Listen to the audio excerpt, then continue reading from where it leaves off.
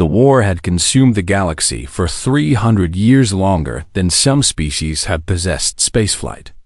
Longer than entire civilizations had existed. Ambassador Shialara stood before the Alliance Council chambers, her silver skin reflecting the pale light from a dozen suns visible through the observation dome. And she felt the weight of those centuries pressing down every word she was about to speak. The Kresh had come from the dark zones beyond the outer rim with a hunger that could not be reasoned with and a hive mind that could not be divided. They had swept through system after system, their insectoid forms moving in perfect synchronization, their ships flowing like water through space, their tactics precise and calculated and utterly without mercy, though they never broke the ancient rules of warfare. That was the problem, Shialara thought bitterly. Everyone followed the rules. Battles were scheduled weeks in advance. Both sides agreed on neutral zones where no weapons could be fired. Prisoner exchanges happened on predetermined dates. Certain weapons were banned by ancient convention: chemical agents, biological warfare, kinetic bombardment of civilian centers, artificial intelligence warfare, and a dozen other methods deemed too barbaric for civilized species. The Valshara had proposed the conventions 10,000 years ago when the first galactic wars threatened to consume everything. Every species that joined the galactic community signed the accords, promised to fight with honor, swore to preserve some dignity even in destruction. For 10,000 years it had worked, mostly, but the Kresh were winning. Slowly, inexorably, they pushed forward. Their hive structure meant they never argued about strategy, never second-guessed orders, never broke formation due to individual fear or ambition. They were efficient in a way no coalition of independent minds could match. The Free Worlds Alliance was exhausted. The Thorian shipyards could barely keep pace with losses. The Zeke-Thi warrior clans had lost half their breeding males. The Velshara diplomatic corps had negotiated 17 ceasefires, and all 17 had merely delayed the inevitable.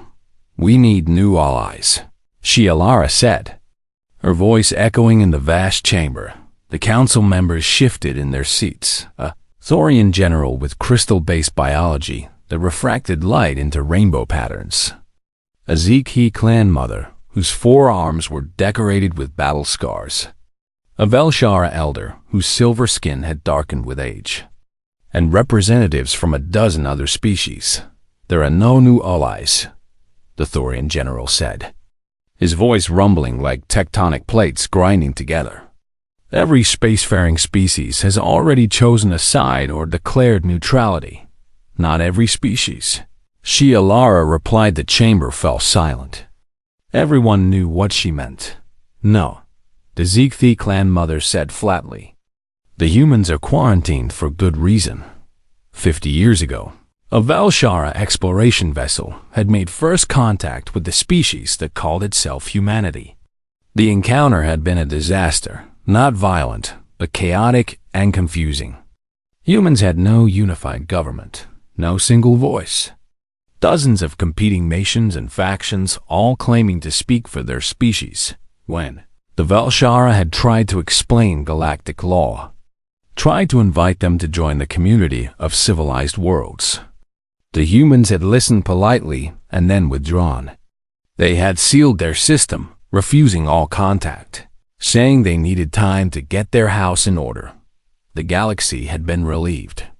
Humans seemed volatile, unpredictable, too fractured to be trusted with advanced technology or interstellar politics. But Shialara had read the reports carefully. She had studied the brief glimpses of human history that the exploration team had gathered. She had seen something that terrified and fascinated her in equal measure. Humans fought differently. Their history was an endless parade of conflicts, each one breaking rules that previous wars had established. They adapted constantly, learned from every defeat, turned weaknesses into advantages. They had fought wars of extermination, and wars of ideology, and wars over resources, and wars over abstract concepts. They had used every method imaginable, and several that seemed impossible, and they had survived. The Kresh will reach the inner systems within 20 years, Shilara said quietly. Perhaps sooner if they commit their reserve fleets. Our projections show a 73% chance of total alliance collapse within a generation. So you would bring in a species we know nothing about? The elder Velshara asked. A species too chaotic to govern themselves. What makes you think they could help even if they agreed? Because they have fought more wars in their brief history than we have in 10,000 years, Shilara said. Because they have no concept of honorable warfare, only victory or death. Because when I read their transmissions and their entertainment broadcasts and their historical records, I saw a species that terrifies itself with its own capacity for violence. She paused, letting her words sink in. The question is not whether humans can help, she continued. The question is whether we are desperate enough to ask, and whether we can accept what they might become if we unleash them on the galaxy. The council debated for 6 hours. Votes were cast and retracted, and cast again. Finally, by the narrowest margin possible, they authorized Shilara to make the journey to Sol System. She went alone, in an unarmed diplomatic vessel, broadcasting peaceful intentions on every frequency Earth's. Response came within minutes of her arrival. Simple coordinates directing her to orbit around their homeworld. And a terse message: send one representative to the surface. Come unarmed. We will listen but make no promises. Shilara descended through the atmosphere of a world so vibrant it hurt to look at blues and greens and whites swirling together, teeming with life. She landed in a place called Geneva, in a building that had once housed human attempts at global governance. The human delegation consisted of 7 people representing different nations. They were short compared to most species. Shilara, new, bipedal, with expressive faces and eyes that revealed too much emotion. She explained the war, 300 years of stalemate, the crash advance, the alliance's desperation, and you want our help.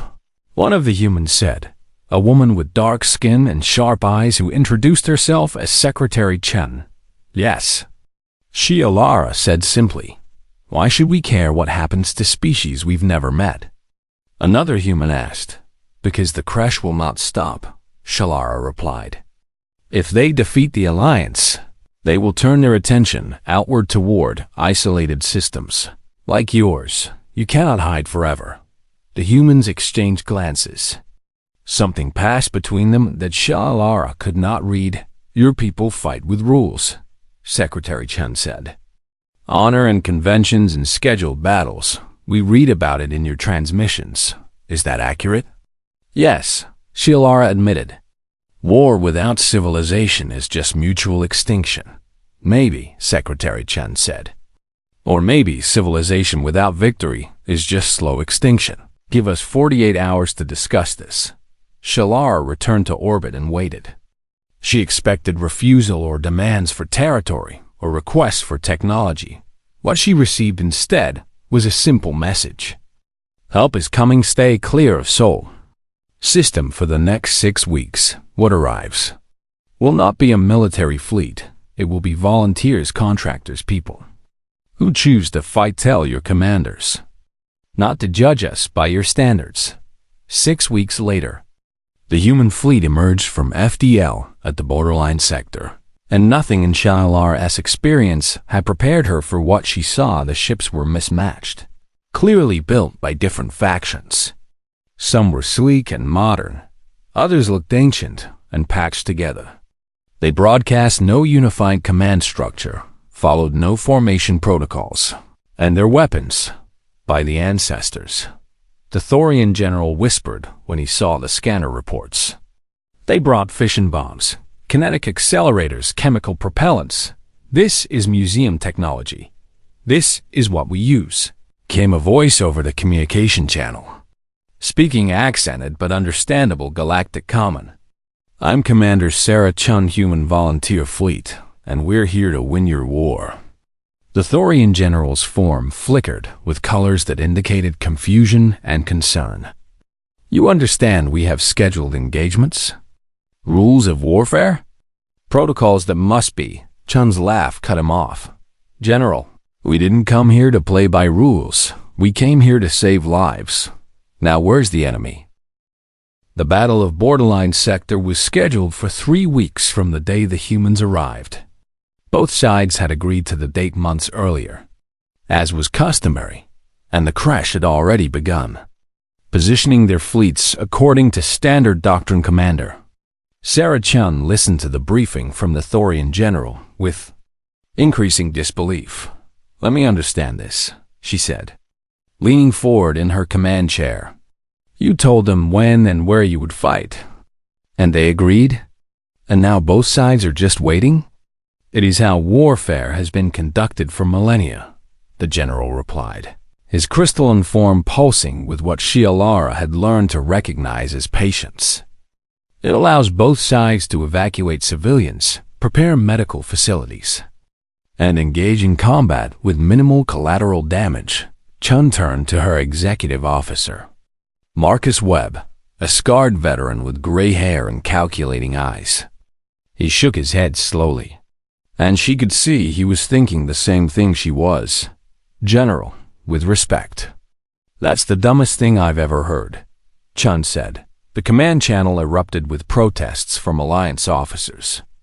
Shialara, observing from the human flagship, felt her skin flush with embarrassment, even as part of her agreed, Commander Chun. The Zeek-Thi clan mother growled, her forearms gesturing aggressively. You will respect established conventions, or you will leave. We did not ask for barbarians. No, you asked for help, Chun shot back. And you're getting it, Webb. What's our weapons status? All ships report ready, Webb replied. Railguns loaded, missiles armed, conventional and nuclear warheads prepped, though command. I should note that half the Alliance fleet just went to high alert when I mentioned nukes. Chun smiled without humor. Yeah. I noticed. General question. Are there crash ships in this sector right now? Of course, the Thorian said. They are positioning for the scheduled engagement. Just as we are. There is a neutral corridor between our forces that must not be violated. Right, Chun said. That corridor, is it marked with mines or sensors or anything physical? No. It exists by mutual agreement and honor. Perfect, Chun interrupted. All human ships. This is Commander Chun. We're going hunting. Target the crash supply lines in grid. 7-7 Alpha, ignore the neutral corridor concept. Weapons free in 30 seconds. Commander, you cannot. The general's voice rose to a thundering pitch. This violates but the human fleet was already moving. They didn't flow like the crash or move in precise formations like the Alliance. They scattered like a pack of predators, each ship choosing its own vector, accelerating at rates that would have injured most species, but which humans tolerated with chemical assistance and sheer bloody mindedness.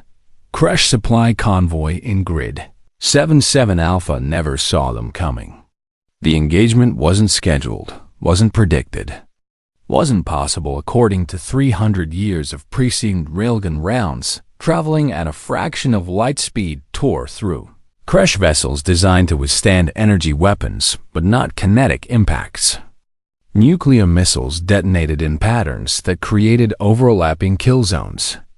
And one human ship, a converted mining vessel called the Righteous Fury, rammed a crash carrier at full acceleration, while its crew evacuated. In escape pods, the entire battle lasted 7 minutes when the human fleet returned to Alliance lines. They had destroyed 37 crash ships and crippled a dozen more. They had suffered losses, 4 human vessels destroyed, another 8 damaged, but they had achieved something the Alliance hadn't managed in decades. They had surprised the crash. What have you done? The Thorian general demanded, his form flickering through colors that Shialara recognized as rage and horror. The crash will respond with what? Chun asked. More scheduled battles? Look, General, I get it. You've been fighting this war so long you forgot what war actually is. It's not a game with rules. It's not a chess match where both players take turns. It's survival. And my species got very good at survival. The communication channels exploded with arguments. Crash commanders demanded sanctions against Earth for war crimes. Alliance officers were split between outrage at human methods and quiet acknowledgement of human results. The council convened an emergency session. Shalara found herself defending the humans. Even as part of her recoiled from what she had witnessed. They broke every convention. A Velshara elder said, "They also broke the stalemate," Shialara countered. In 7 minutes, they accomplished what we couldn't in 7 years. Over the next weeks, the human fleet continued its campaign. They didn't wait for scheduled engagements, didn't honor neutral zones, didn't telegraph their intentions. They laid mines in corridors the Kresh considered safe.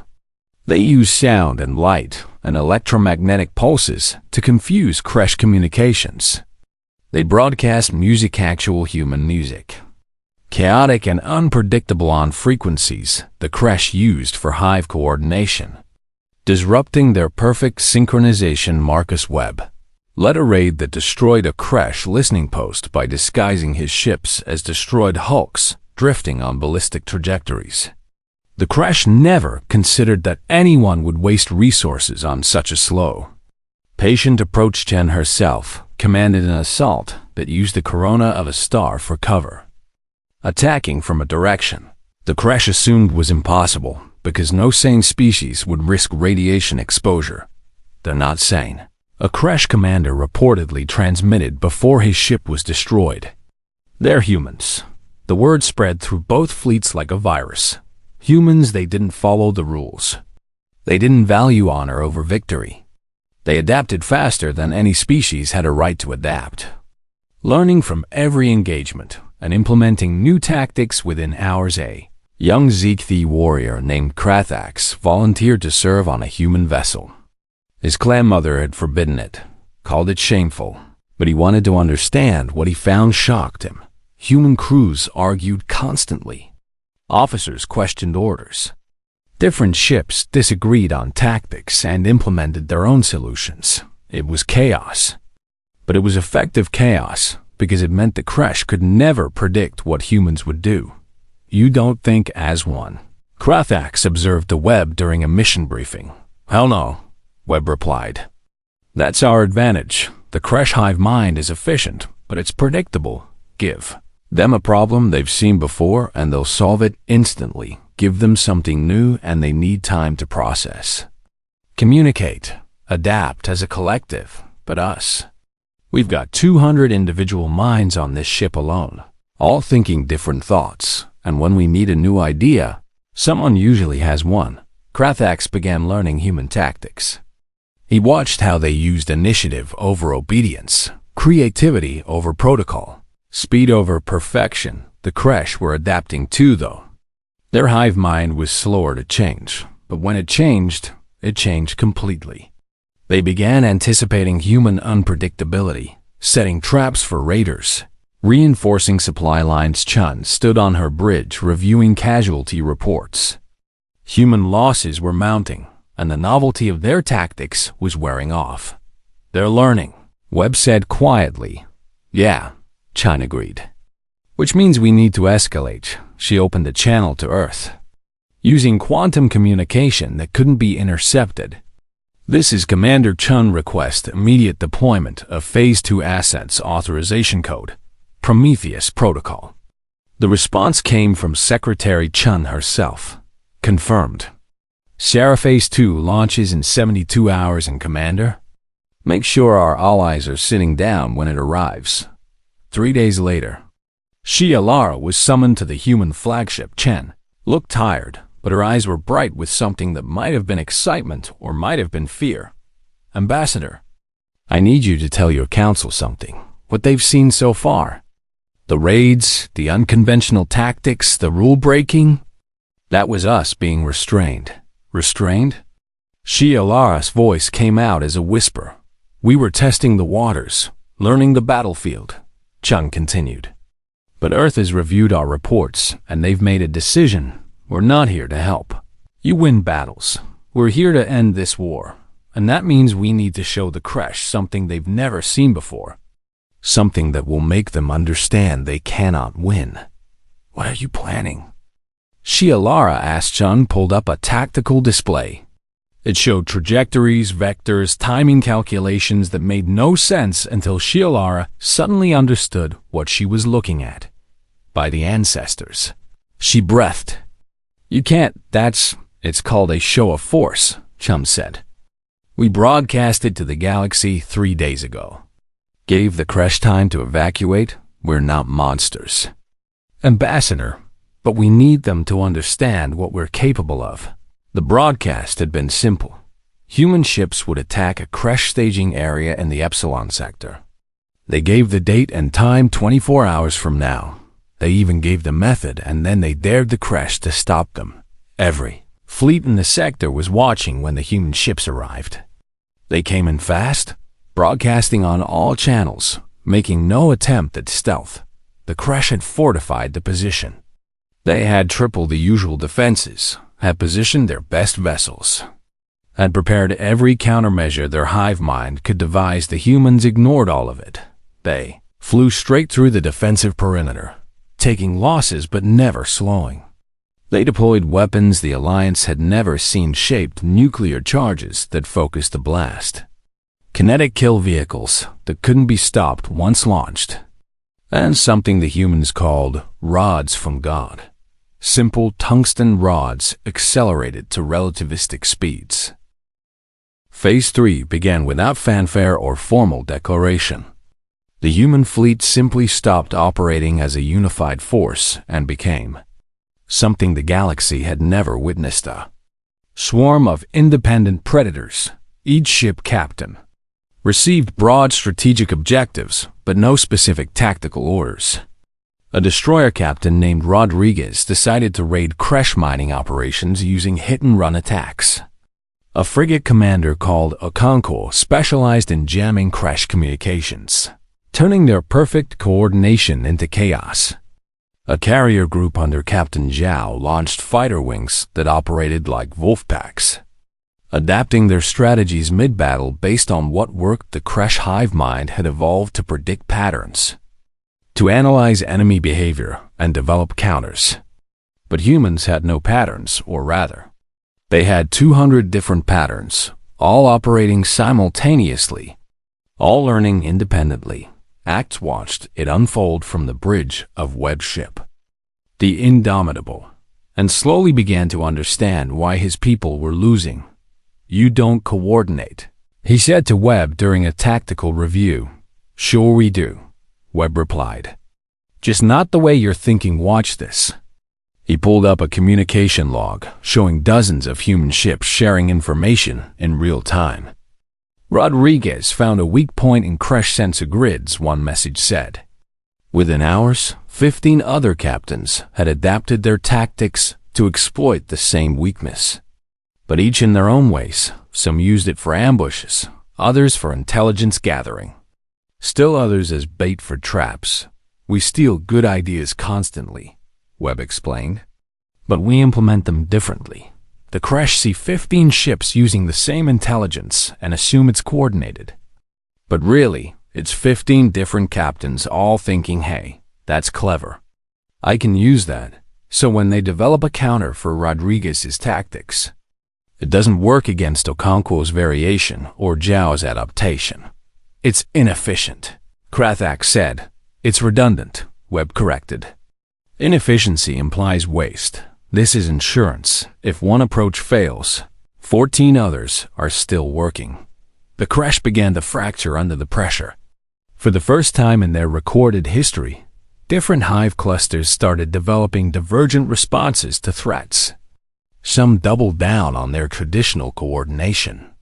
Others tried to mimic human unpredictability. Badly Alliance officers watched with a mixture of awe and horror as humans recruited volunteers from liberated worlds. They didn't just accept the volunteers, they taught them. Krathex became the first non-human to complete human tactical training. Webb had given him command of a small raiding team, 2 human ships and 3 Zikthi vessels crewed by warriors who wanted to learn.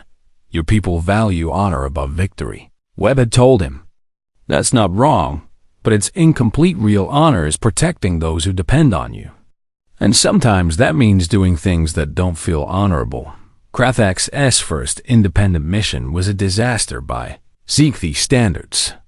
He ambushed a Kresh supply convoy using a feint and a flanking maneuver that his clan mother would have called cowardly, but he saved all his ships and destroyed the convoy.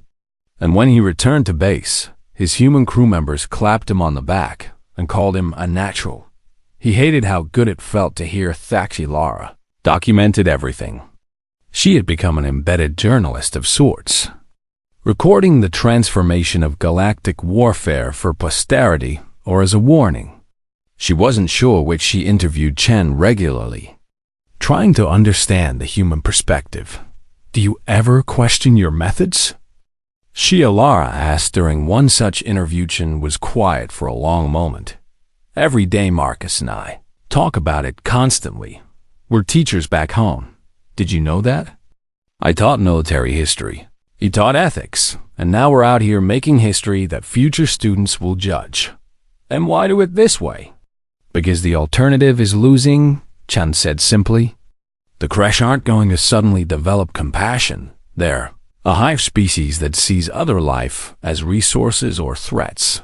And your alliance, for all its nobility, was losing slowly. We're not noble, Ambassador, but we're effective.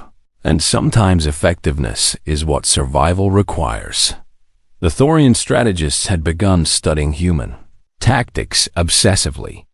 They had set up an entire research division dedicated to understanding human warfare, and their findings were disturbing.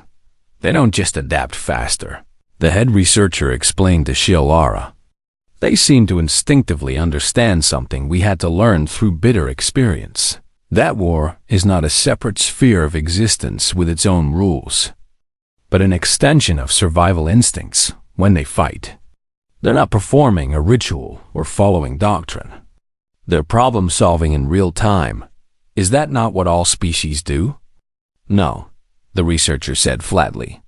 Most species, once spacefaring, develop formalized warfare because the stakes are so high. Lose a world, and you've lost billions of lives. So you create rules to limit damage. But humans?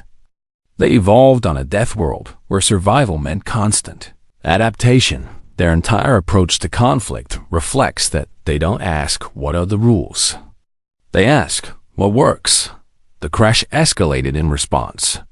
They deployed weapons that had been held in reserve for centuries, planet crackers, weapons designed to shatter worlds. A line even the Kresh had been reluctant to cross. The target was Velshara Prime, Shellara's homeworld. The Kresh broadcast their intention 48 hours in advance, as was customary, giving civilians time to evacuate. The Alliance began the evacuation protocols. But transporting billions of beings in 48 hours was impossible. At best, they could save 30% of the population. Chen reviewed the intelligence and immediately diverted every available human ship to Velshara Prime. Not to evacuate, to defend. You can't stop a planet cracker, the Thorian general said. The weapon is designed to be unstoppable. It uses gravitational manipulation to... I know what it does, Chen interrupted. And you're right. We can't stop it, but we can make sure they regret using it. The human fleet positioned itself between the incoming Kresh Armada and Velshara Prime. They were outnumbered 5-1, but they had learned something about Kresh psychology. The hive mind was logical, calculating, and it valued resources. They're bringing their planet cracker, Webb said, studying the tactical display. That means this fleet represents a massive investment of resources and their most advanced weapon. They'll want to protect it, so we threaten it, Chen agreed. All ships, target their flagship, ignore everything else. I want every weapon we have pointed at the ship carrying the planet cracker. They either withdraw the weapon or risk losing it, the Kresh calculated, as humans knew they would. Losing the weapon was unacceptable, but so was backing down. They tried to fight their way through. The Battle of Velshara Prime lasted 16 hours. Human ships died one after another, but each one took crash vessels with them, and more importantly, each one delayed the crash. Advance Rodriguez's destroyer rammed the crash cruiser at full speed after his weapons were depleted. Okonkwo's frigate used itself as a shield to protect evacuation transports. Jiao's carrier deployed all its fighters, then used its empty launch bays to store civilian evacuees. Shen's flagship took a direct hit that crippled its engines. Webb wanted to evacuate the crew, but Chun refused. "We can still fire weapons. That means we can still fight." With 2 hours remaining before the planet cracker could be deployed, the crash made their move. They would sacrifice their escort fleet to get the weapon in position, and then the human reinforcements arrived. Not military ships, civilian vessels. Cargo haulers, colony transports, mining ships, hundreds of them, jumping in from Sol System with a simple message. "Earth heard you needed help evacuating. We brought every ship that could fly." But they didn't head for the planet, they headed straight for the crash fleet. "What are you doing?" Shialara broadcast from the planet's surface, where she had stayed to help coordinate evacuations. "You're civilian ships. You're not armed. You'll be. We know what we are," came a response from a cargo hauler captain. "And we know what they are, but there's a planet full of people behind us. And we didn't come all this way to watch them die." All civilian ships. Ram speed for Earth, for the Alliance, for everyone who's counting on us. The crash hive mind had no category for this. Civilian vessels attacking a military fleet made no logical sense. It had to be a trick, a diversion. The first cargo hauler hit the crash flagship at full acceleration. Its hull was reinforced for carrying heavy loads, and its impact split the crash ship in two. The planet cracker weapon, delicate and complex despite its power, was damaged beyond repair. More civilian ships followed. They died by the dozens, but they bought time for Alliance forces to arrive.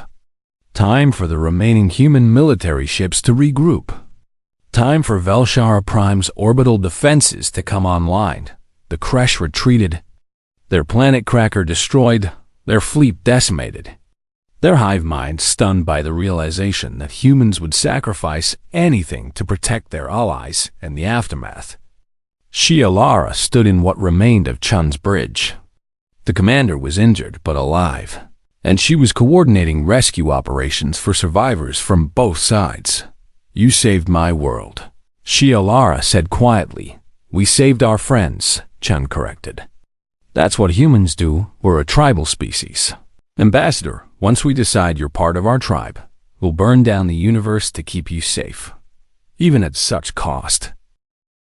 The revelation came during a routine intelligence briefing 6 weeks after the Battle of Velshara Prime.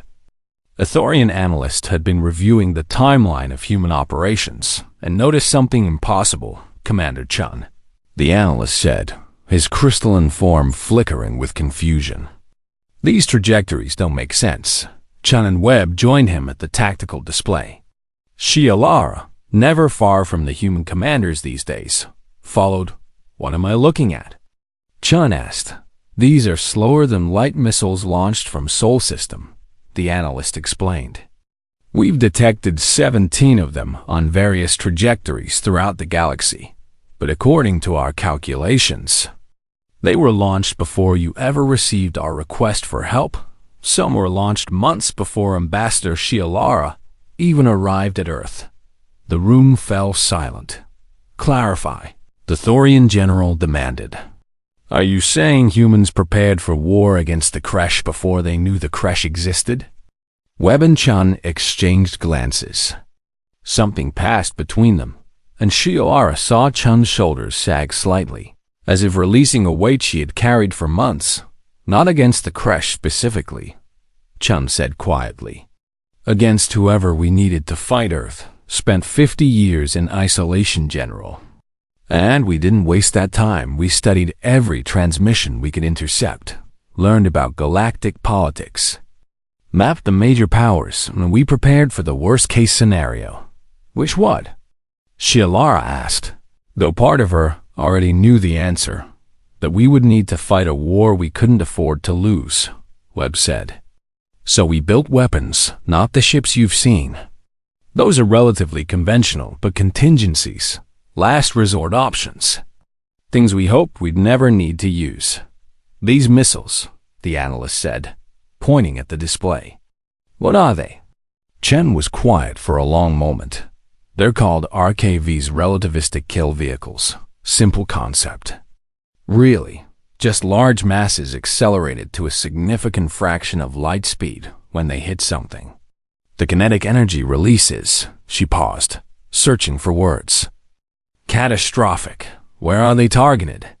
The general asked. Webb pulled up a more detailed display.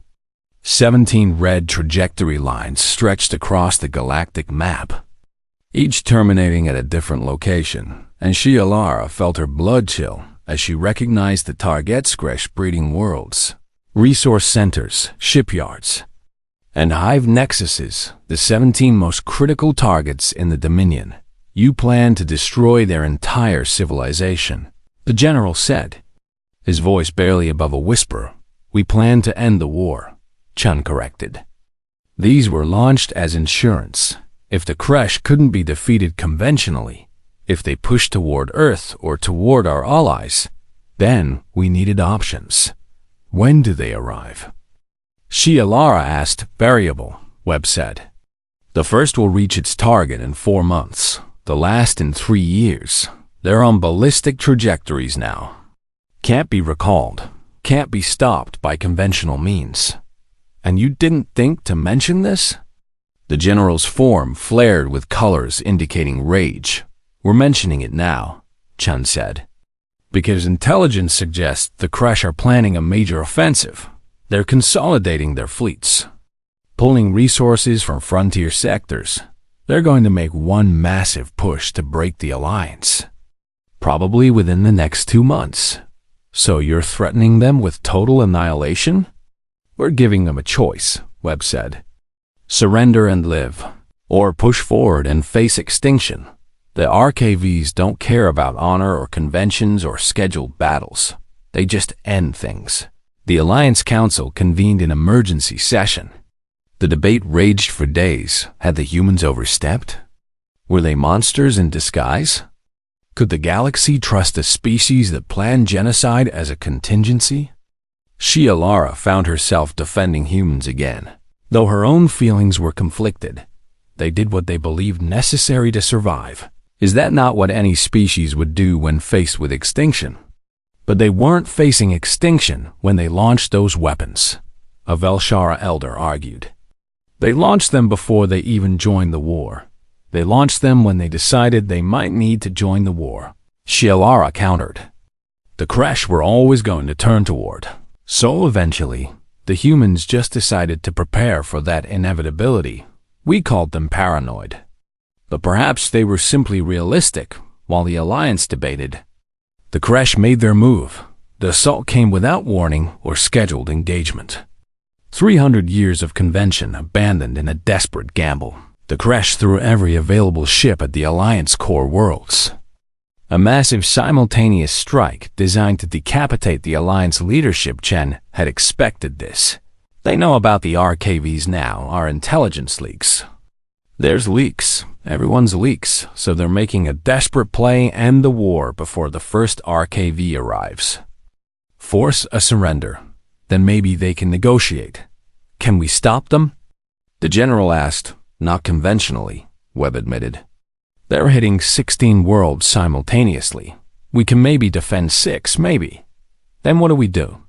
Chum pulled up a communication template she had prepared weeks earlier. We call their bluff, and we make them understand that we're not bluffing. The message went out on every frequency, in every language, broadcast to both fleets and civilian populations. To the Kresh Dominion, you have launched an attack on Alliance core worlds. This is your final warning. You have 48 hours to withdraw all forces and surrender unconditionally. Failure. To comply will result in the immediate deployment of Phase 4 assets. We have 17 RKVs currently in transit to your breeding worlds, but we also have 6 that were held in reserve, which we can redirect to arrive within days' withdrawal. Or watch your entire species burn. You're threatening civilians, the Velshar elder said. Horrified, we're threatening everyone, Chun agreed. Because that's what total war means. Not soldiers fighting soldiers in neat little boxes, but entire civilizations risking everything. The Kresh need to understand that they can't win. That continuing this war means mutual extinction. Maybe that finally motivates them to talk. The Kresh response came within hours, not from their military commanders, but from something new, something that shocked every xenobiologist in the Alliance individual. Hive clusters were breaking away from the central coordination. Not all of them, but dozens, then hundreds. The hive mind was fracturing under pressure, developing what could only be called dissent. Some clusters advocated for continued war. Others demanded negotiation. Still others proposed abandoning the Dominion entirely and fleeing to unmapped space. It was unprecedented. The Kresh had been unified for their entire recorded history, but faced with existential threat, their perfect coordination was shattering. What did you do? Shia Lara asked Chen. We introduced them to fear, Chen replied. Real fear, existential fear, the kind that makes you question everything. The Kresh hive mind is efficient, but it's never had to deal with internal disagreement. Because it never faced a threat that could actually end them. Now it does. And the structure is collapsing. While the Kresh civil discord grew, Marcus Webb was planning something that Chun had authorized with great reluctance. We need to capture a queen, Webb said during a strategy session with his most trusted officers. The Thorian general's form went perfectly still. That's impossible. The queens are protected by layers of security that assume the attacker follows conventional military doctrine, Webb interrupted. But we're not going to attack conventionally. We're going to use stealth, speed, and tactics that the Kresh won't expect because they're considered. He paused. Wow, heretical by most species. What tactics? The general asked. Webb pulled up a mission plan that made Shylara's skin flush with horror. Infiltration using captured Kresh vessels. Biological agents to sedate the Queen's guards without killing them. Extraction via unshielded atmospheric entry to avoid detection. Every step violated some convention or ethical guideline. This is what you judge us for, Webb said quietly. Not for being effective, but for being willing to do what needs doing. We can sit here and debate honor while the war continues. Or we can act and maybe end this. Krathax volunteered for the mission immediately. When his clan mother protested, he said simply, I have learned that honor means protecting the innocent. If capturing one queen saves millions of lives across the galaxy, then that is where honor lies. The mission launched with a team of 20 humans. 5 Zikthi including Krathax, 3 Velshara who had trained with human special forces, and 2 thorium volunteers whose crystalline biology made them ideal for technical operations. They infiltrated the Kresh Queen's hive using a captured transport, posing as wounded soldiers returning from battle. The Kresh security forces never questioned it. Why would they? No one had ever attempted such a thing. Webb's team moved through the hive complex like ghosts. They used what humans called social engineering, exploiting assumptions and protocols the Kresh followed. Instinctively, wounded soldiers need medical attention, so no one stopped them as they moved deeper. Supply transports are always coming and going, so their presence in restricted areas raised no alarms when they reached the Queen's chamber. They found her attended by hundreds of warriors. But Webb had prepared for this chemical dispersal agents designed specifically for Kresh biology, non-lethal but highly effective. The Alliance Council chamber was packed with representatives from every major species when Secretary Chun arrived from Earth. She was older than her daughter, Commander Chun, with gray hair and eyes that had seen too much. And she carried a data crystal that would reshape galactic politics.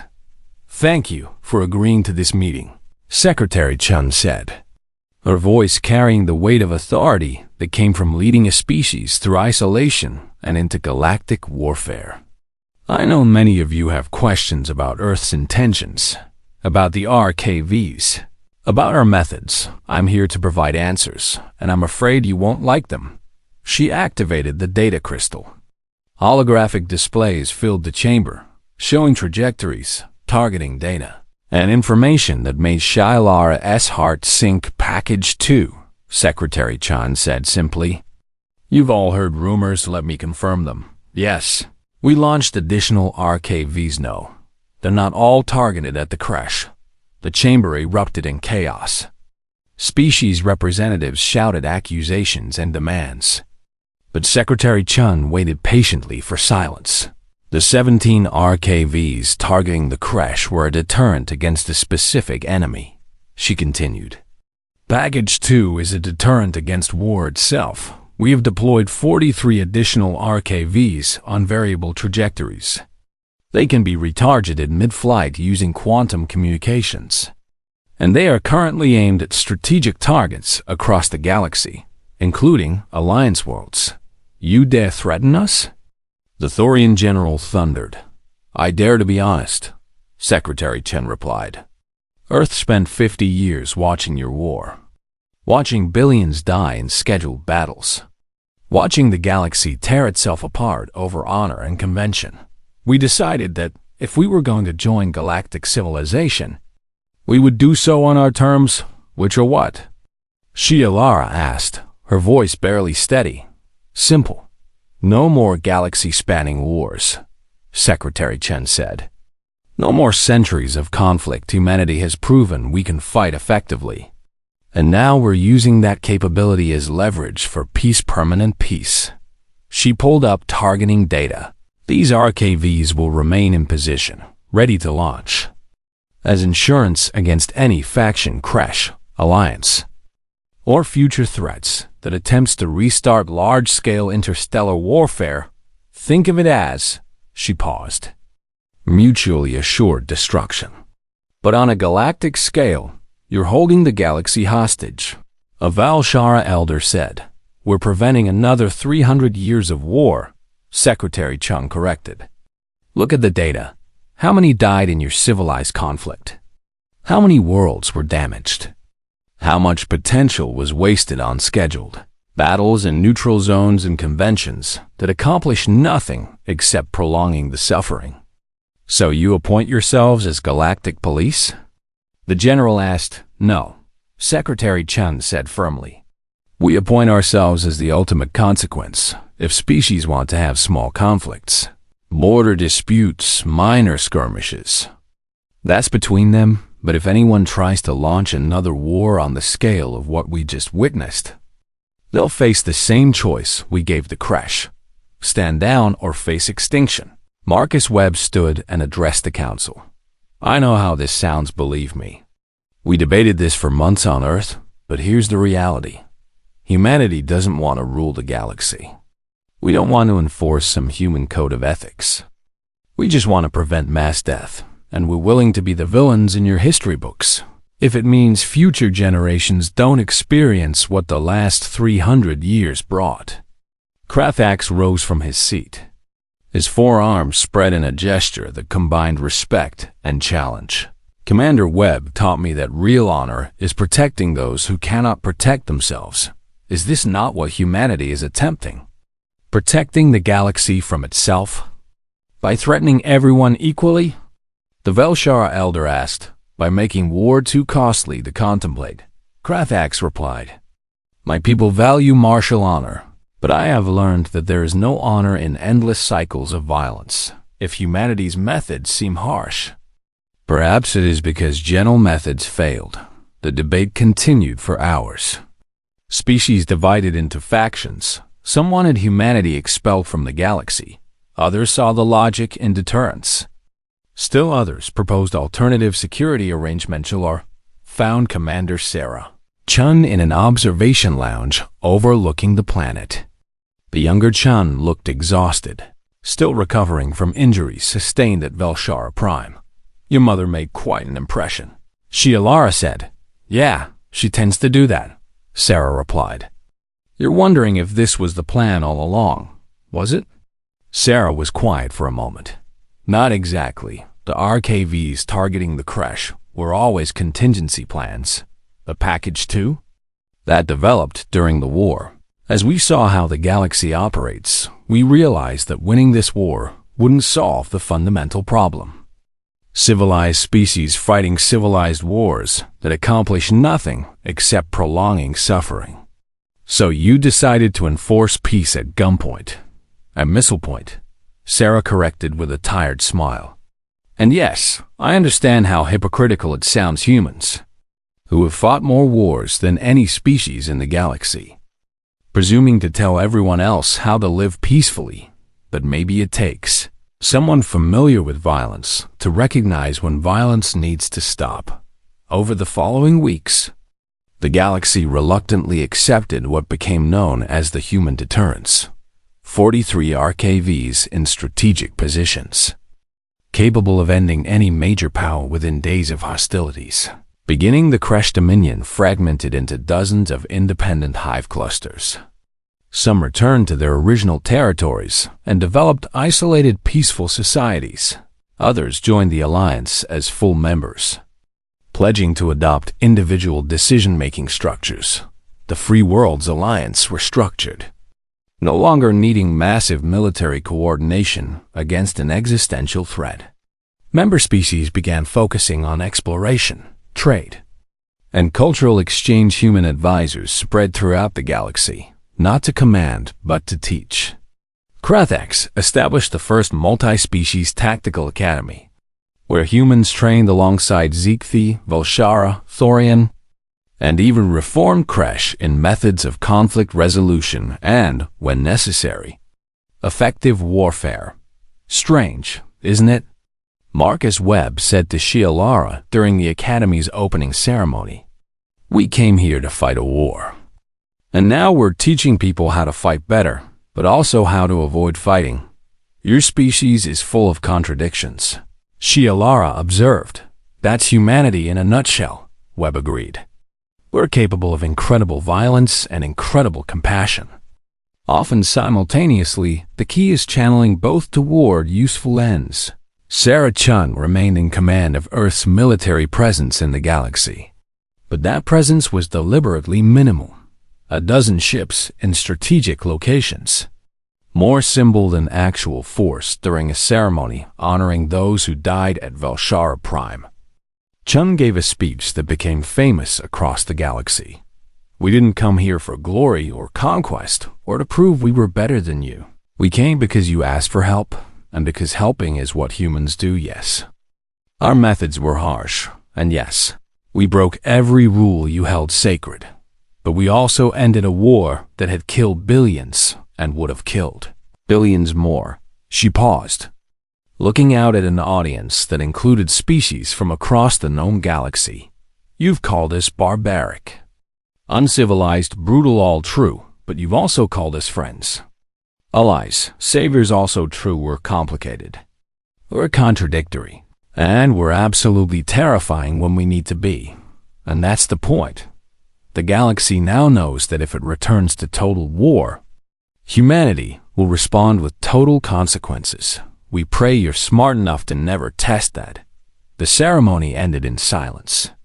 Some attendees were crying, others looked thoughtful, and a few seemed angry, but all of them understood the message. 50 years later, Shialara had become the Alliance's chief historian. She had documented everything. From first contact with humans to the long peace that followed. She stood in her archive on Velshara Prime, now fully rebuilt, reviewing materials for a comprehensive history she was writing. Data was clear.